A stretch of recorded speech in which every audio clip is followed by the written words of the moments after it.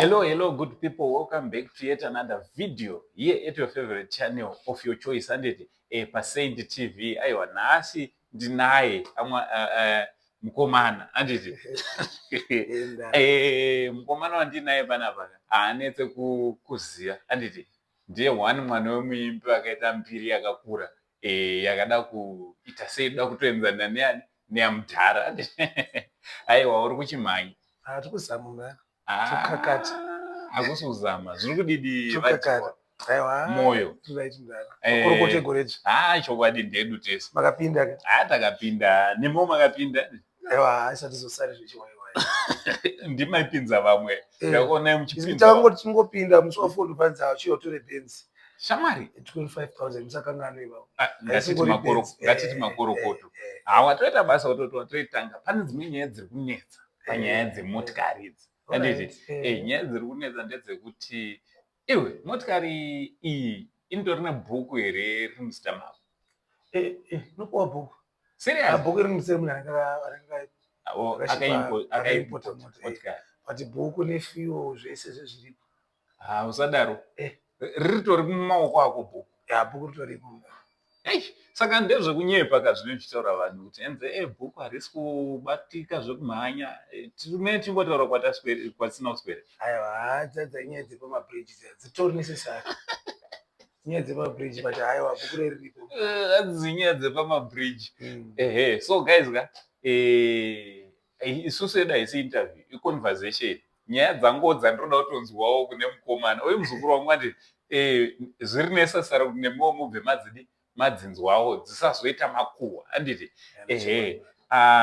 mazuva ano ndakanzwa kuti amai varipo icho kwadiri madhamu aripo handiwatokuvhurira ito alright andandati uzviconfirme ndikataura kuti ndovate mangona yeloboni mukangoti ameno ndo madhamu yavo alright zvinofadza bcause padai vanga vari kupi vanga vari kuchanda vanga vari kuamerica anditi saka pamazuva ano vamunomufuta ivo vari muno zvaizvo varomboona murume wavo varomboona murume wakero murume wakero chinova chinhu chiriraisire kuti mofana imukoma musati mamboenda here koko kunoonreko shungu handina serious muno muzimbabwe nditoripo zvokuti hamuna kana mwoyo wekumboendako here mudara uku kungonoonawo mapoloniwo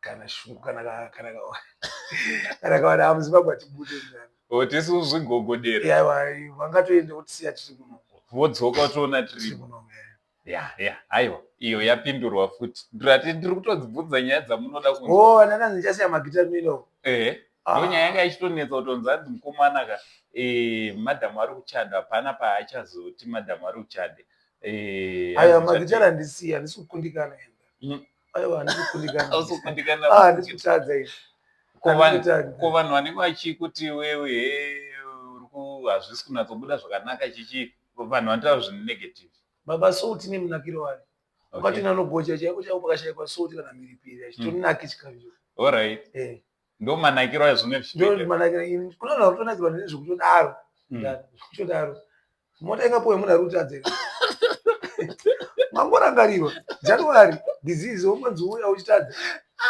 aiwe chingomira mandiutiraya kuda kushanda panapati handisi kuda kunyanyoseka sekunge tiri tega pane vanhu vakatarisa aiwa ona magitari zvanoda nguva magitari haufanwe umatera une stress waize haufanwe kuti hasha yekuti zvinoda kufamba iwe utanga kuti hasha munhu asine neyo kana chii ona patotoridza pai magitari mungoma zvinotoisa payoutube anotenda anoda kuteerera kuredhiyo inoridzwa weda wakadzima redhiyo kuti hauna but inotoridzwa souyapita zvokuvazvonakira kuti that's your own business spirit takatoita ngoma takatoridza takatoisa kumhepo ende kuna vanhu kutonakirwa ngoma madingo yamuridze kuno ende tikatonoridza unotoona vanhu vachitorimo mushakatozara iso matiridziri sadza kaoridzira kufurika kuti vanotobhadhara vanotogeza kutoti mukomana ari kuuya madii ende tiite zvimwe nzee toridza maharari chete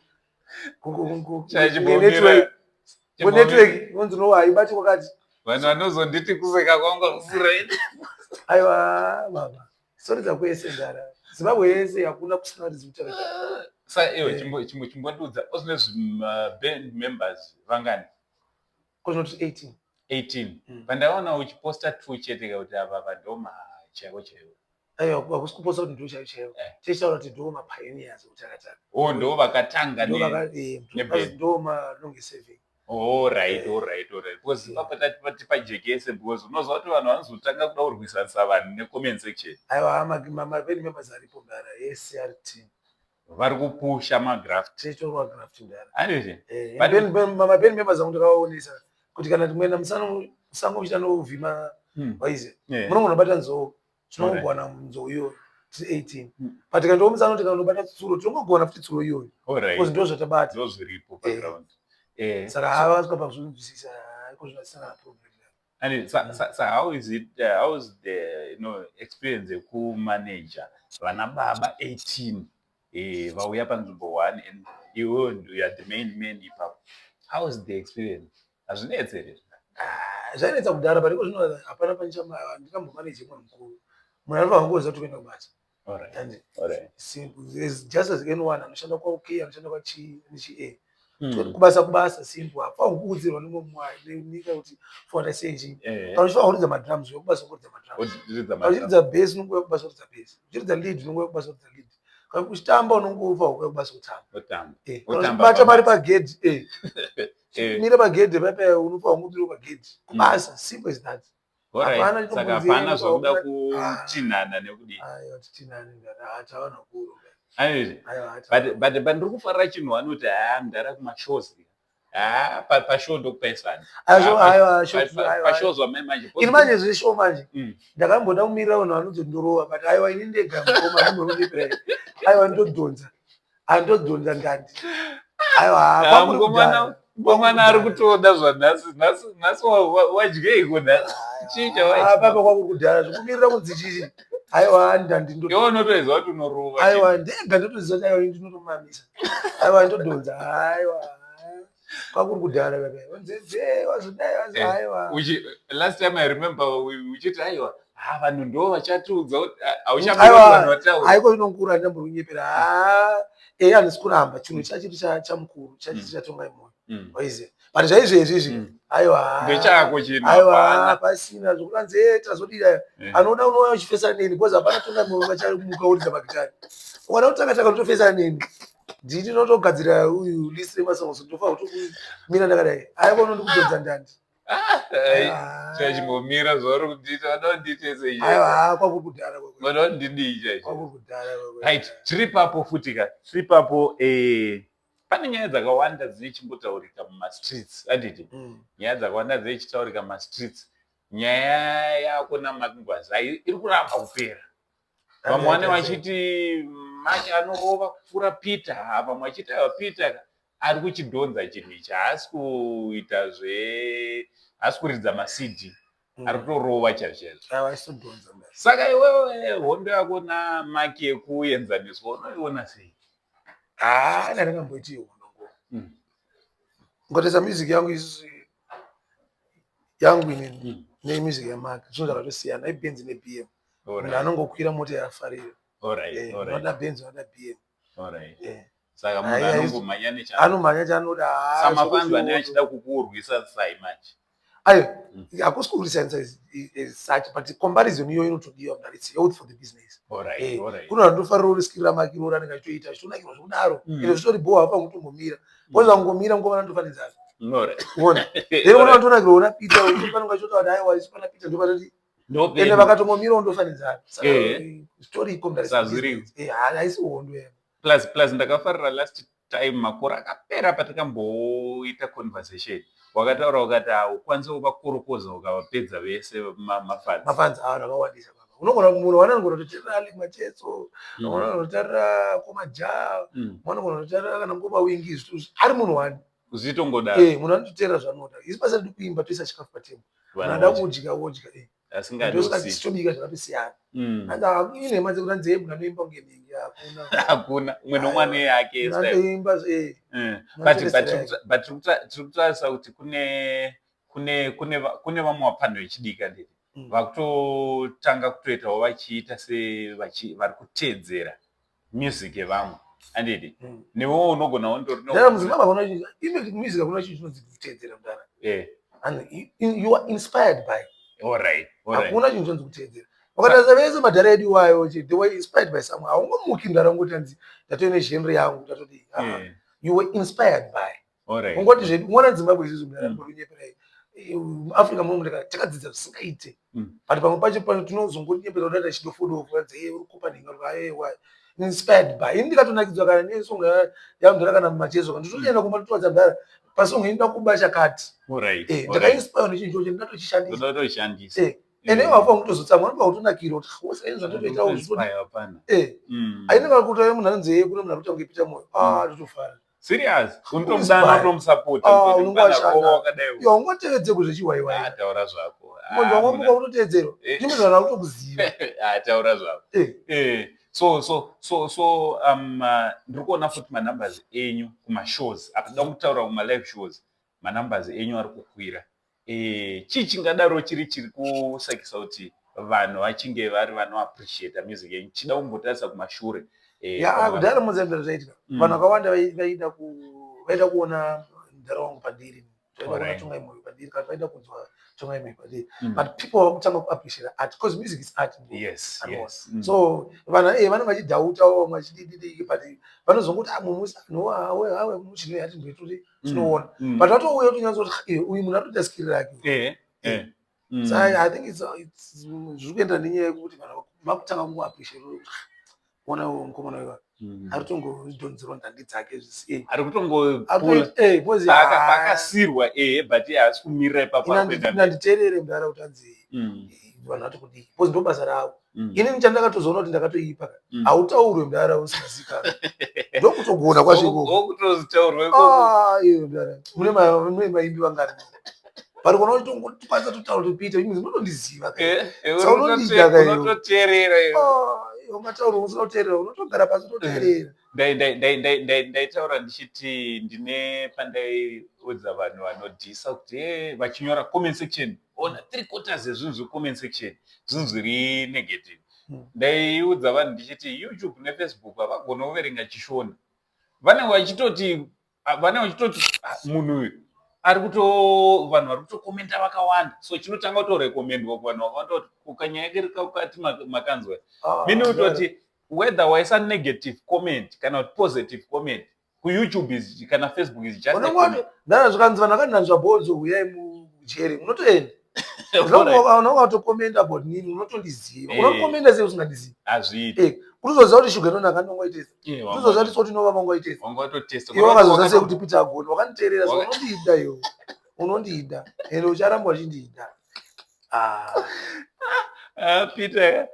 Peter Mahwane all right panew album aditi new album this year all right this year mune zvinyowa here zvamuri kanda album ndokanda mavideos as usual sezvamungoita maita last year isojamba so tikabudisa this year tojamba last year but one all right so performance yealbum last year but one makaiona sei kusvika parizvino? I think vacho vaitongodhisa vakatongozvionerawo kuti handidzi kungodhoza kuti malevels asiyana aiwa zvimweni zvikwira tongotendawo special totengera vanhu vakatanga kutobira nesu kutoti ayo chiro ndechedu izvozvo ndovanotipa simba nekudii alright because watiwo mune mupano wenyano tongai junior adere relationship yakamira sei mazuva especially kuarea yemusic because takaona kuti iye anga kuitawo though mazuva ano andisoziva kuti ari kudii akazouya here uzombotiwo mukoma epote muchindibatsirawo maareas tinotaura zvedu but tinotaura hatinyepi but you know zvakaitika zvatisingoti makohwa everyone knows what has happened there was a gap between so inini ndari modani murinyepa ndotaura zvandoona panguva nechida but when it comes to family issues kutone maelders mhuri kwedu picha moyo munhu anoimba munhu anozikanwa but kumhuri kwedu kune maelders so ndakangosiya ngoti maelders adi vagadzirise nyaya alright uyu semwana unotozototi ndogumirwa apa kana pachinge paitika zvaitika pakati ndonyarara no, perfect. Ndo kuva mukuru iko. Alright, so tiri kuti kumashure hauna here vamwe vapfana vatitsamutsama vakuratidza mainterest futi kupinda mufana wangu anonzi Tanaka anotodza gitara. Seriously? Anotodza gitara andoimba. Ndakamboposta show. I think last year. President Kweka akatoenda pastage akatoridza chichi. Munhu ari kuda confidence yake pachotoro andoro. Alright. Saka how do you feel uchiona vapfana vako vachiuya kuzosupporta Legacy? Ona like vapfana enda kaendesa kuchikoro. Remember Tanaka pakashayika mudara. I think he was grade 2 or 2 or 3 somewhere. Alright. Ndikatomenesa kuchikoro saka ndiwo ndori debut parent chaicho. So nditofara kutoona kuti tisingayarudza. Tonototi zviya zvawaisitolawo mari because iye anga ari mudiki zvekuzogara saka ari kutoona kuna Blazi ari anototi Blazi wangu ndiye muimbi anditi right because kuti pane mamwe maissues akaita sema-allegations ekuti iwewe paunoekta naLorraine because munochimhanya kamuri 2 combination yenyu so ma-allegations ekuti iwewe naLolo pane ukama humwe wakati simbei hwekudanana unomatora sema-allegations iwawo and I'm so happy because atori bobozi ndo ari kutotengesa kumberi wari atori right ari health zvekuti ndakamuwanepiko munhu akadai atori right ma-allegations iwayo saka unotomasapota kuti ngavaende mberi nao ngatikunga ndopa uchazomisa vanhu augonowati mauye kana patemu kuona madhamu anomaona madhamu saka vanozoita seiwo madhamu vachionawo madhamu angu amunhu mukuru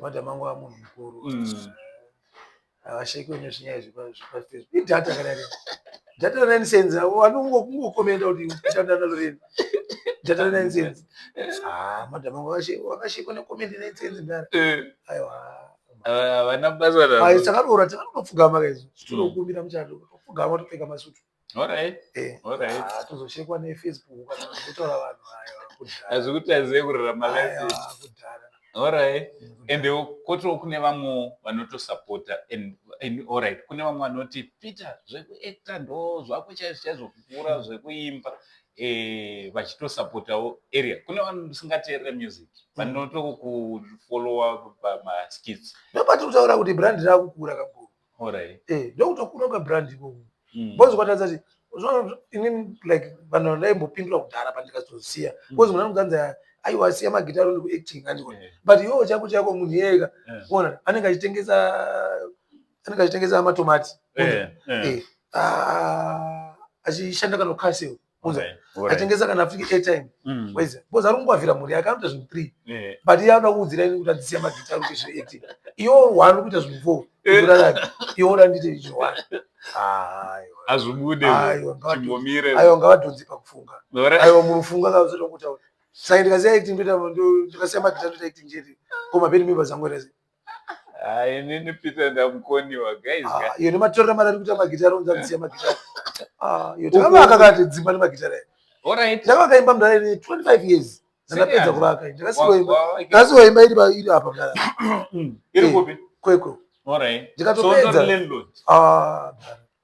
kutoya kuno Harare uno kwatoimafanisa takuita tunakirwa noupenyu angomuvhika kuHarare wezvoroja usina dhera ndakavaka iri 24 mudhara nemagitari saka vanhu kuti vakuudza kuti usiye zvakavakaimba manje hazvibudi magitari hariziwe pafacebook ndozvanobora zvichudza vanhu aiwa magitari hariziwe pafacebook magitari unamira posta vanobva uya ndingauzo nemunhu ari paHosport akagara mabiriji anzisiya magitari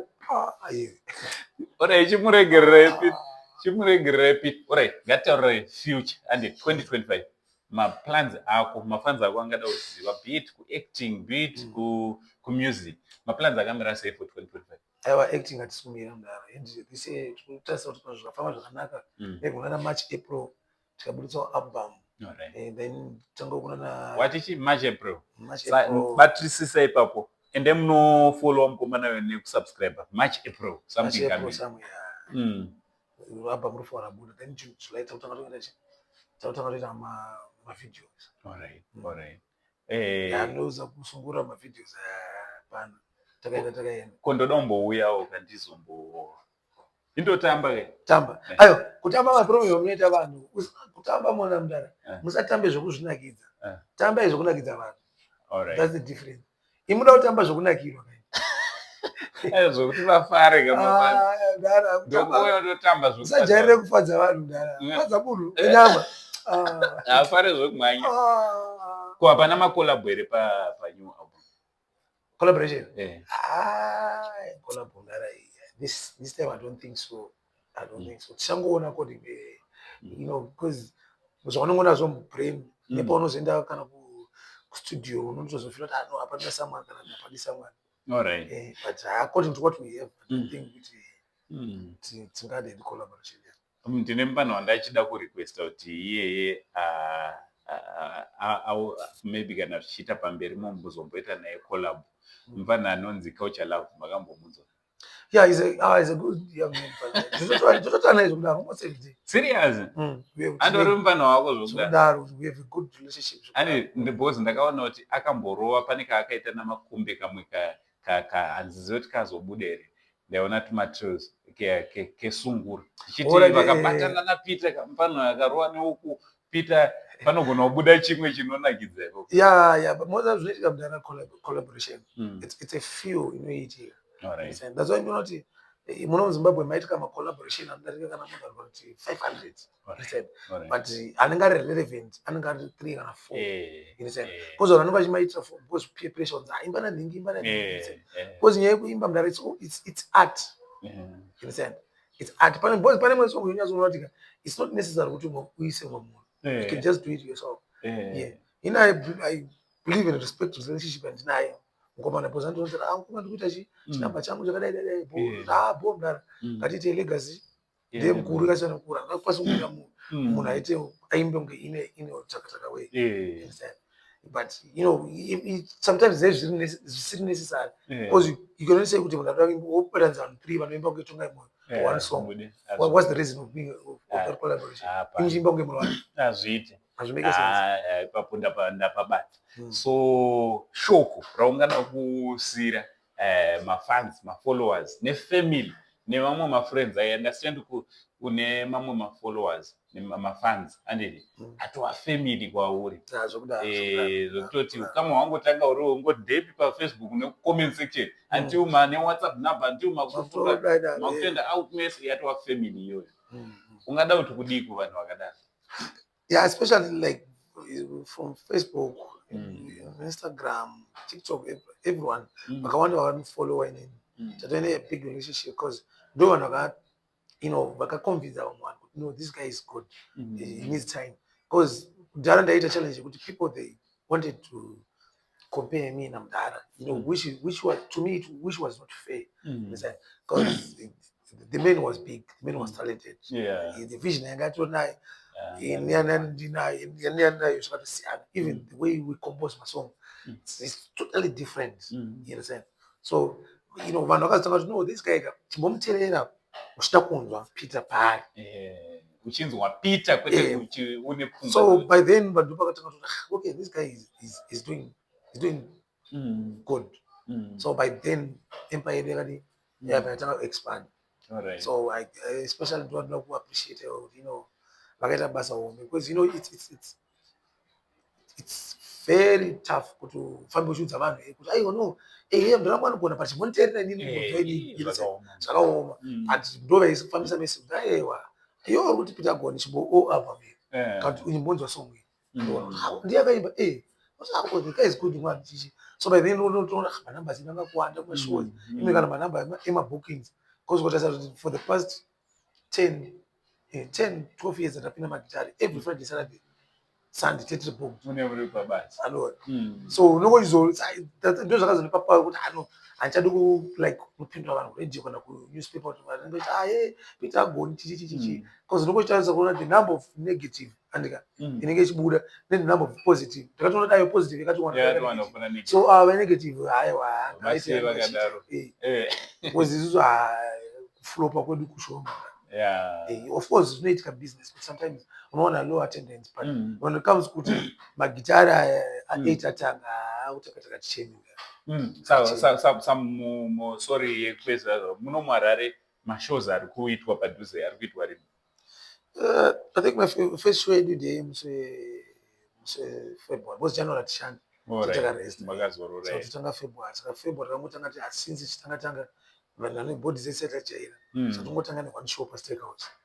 It's a family show. So 2 February. Iri roko pa Steakhouse. Pa Steakhouse. Tuweza na kura. So 2 ningiri Sunday. It's a family show. 2 February. Yeah, iyo ndine ndriko. Iyo ndo ndine ndriko iyo. Ndabvunzira kutozobvunzira uko. Ona kurai. Chine chakaipa kurai futi anorova zingade. Aiwa vanorova. Saipa guys tine 2 and tine 2 vakomana vanorova ngoma. Ango saint ndine ndriko muswa 2 pa Steakhouse muno muHarare. Aiwa iyo ndato motoza pagedhi kuti sekuru vanenge vachiuya. Hapana singakuziva. Hapana singakuziva. Aiwa, thank you so much. Thank you so much nekutipa mukana wekuti tinge tinoshuta. I understand kuti makarara muri kumabasa but mangotipa nguva yekuti tikurukure. Ndafara zvisingaiti. Ndafara zvisingaiti. Chenda kumboonesa vanhu. Vanenge vachifunga nekuona zvisizvo. Kuona zvisizvo. Vanenge vasimba kufunga. Vanhu mazuva ano. Vanenge vasimba kufunga vomana. Peter nayo chidondiita sei indorona kuti pandoshuta newe ndopandoseka zvimwe zvisingaite inini pachangu ndenchitonakirwa ina ndiunyepera ina handishute mavideos nemunhu wandisinganakirwe naye ine nchitonakirwa ini pachangu hazvisi zvebasa ndezvekutonakirwawo pachangu. Thank you very much nekutipa mukana. Aiwa I wish you kuti zvinhu zvifambe zvese zvakanaka muna 2025 basa renyu richienda mberi. So guys hande tinofollowa Peter hande tinofollowa pa Facebook hande tinofollowa pa Instagram hande tinofollowa ku TikTok futi hande pa YouTube channel yake. Let's go and subscribe ipapo subscribe then tonoona nekushare nevamwe. Comment, leave a comment wataura kuti ndaona ku Said TV zvidaro zvinobva zvameka sense zvoratidza kuti muri kuona. Aiwa, from Uncle Saint na Peter Dewamoyo for now chiti it's much love and God bless. Aiwa.